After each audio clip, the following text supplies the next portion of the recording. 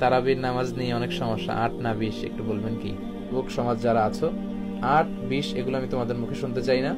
আমি শুনতে চাই যে কেন বাংলাদেশে এত দ্রুত তারাবি পড়া হয়। বিষ্ণু ইসা ইসলাম রমাদান কিংবা রমাদানের বাইরে ১১ রাকাতের বেশি পড়তেন না, সেক্ষেত্রে ৮ রাকাত পড়তেন তিনি। তারাবি বলেন বা কিয়ামুল লাইল বলেন, যেটাই বলেন, আর বাকি ৩ রাকাত ছিল বেতের পড়তেন।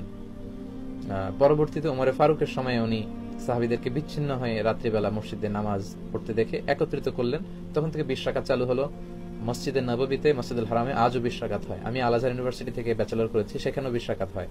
তো যেহেতু এটা ইবাদতের মাস, যত বেশি ইবাদত করা যায় ততই ভালো। সাহাবারা ২০ রাকাত করেছেন। সাহাবারা তো আমাদের চেয়ে ইসলামকে ভালো বুঝেছেন। মসজিদুল হারাম, মসজিদ নববীতে আজও ২০ রাকাত হয়। মানুষদেরকে যত বেশি সুযোগ দেওয়া যায়, এবং ২০ রাকাত হওয়াটাই ভালো। ফলে কারো যদি স্বাস্থ্য খারাপ লাগে, সে চলে গেল বা কিছুক্ষণ বিশ্রাম নিয়ে আবার অংশগ্রহণ করলো। আমি বলেছিলাম সম্মানিত ভাইয়েরা,